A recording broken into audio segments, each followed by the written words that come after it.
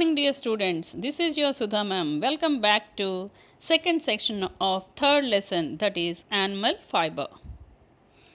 In our previous session, we have discussed about the first two stages of silk production, that is moth to egg and egg to cocoon. Let's start this session by the third stage in the process of silk production, that is cocoon to fiber. Already we learnt that cocoons are steamed to kill the larvae inside and store them for a long time. At the third stage of silk processing, cocoons are boiled to loosen the fiber and make the fiber into reels. Silk fiber is very strong and mainly it is made up of two proteins, namely sericin and fibroin. Obtaining silk fiber from the cocoon is called reeling. It is done with special machines called reelers and twisters.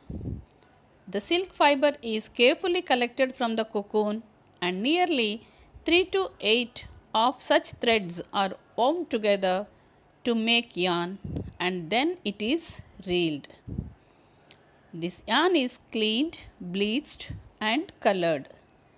Bleaching is done for whitening the wool and dyeing is done to get different colors of wool.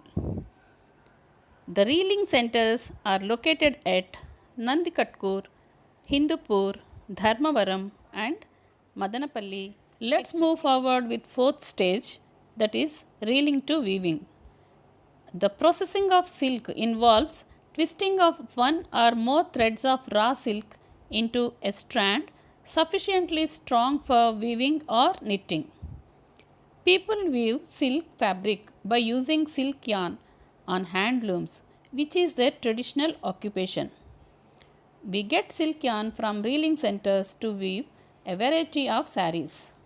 Venkatagiri Pattu and Dharmavaram are famous types produced in our state. Dharmavaram is called Silk City of Andhra Pradesh and it is famous for its wide borders and rich buttas. Benares, Kanchipuram, Narayanpet, Pochampalli, Uppada are all types of silk fabrics which get their names from the places where they are made. Apart from these, some more varieties of silk based on the moth species such as tussar silk, moga silk, kosa silk, iri silk, etc.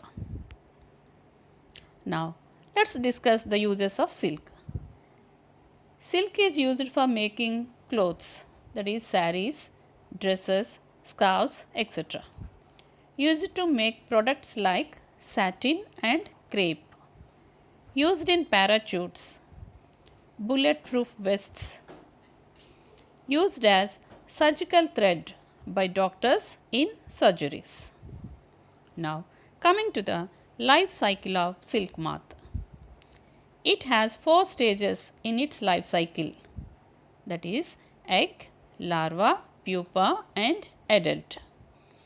A female moth lays nearly 500 eggs which are small in size and white in color. These are hatched into caterpillars.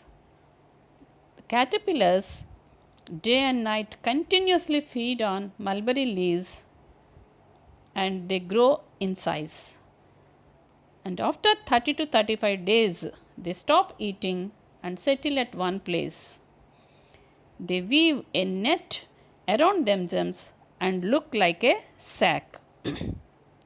This is called pupal stage, also called cocoons. The pupa inside the cocoon changes into young moth in about 2 to 3 weeks.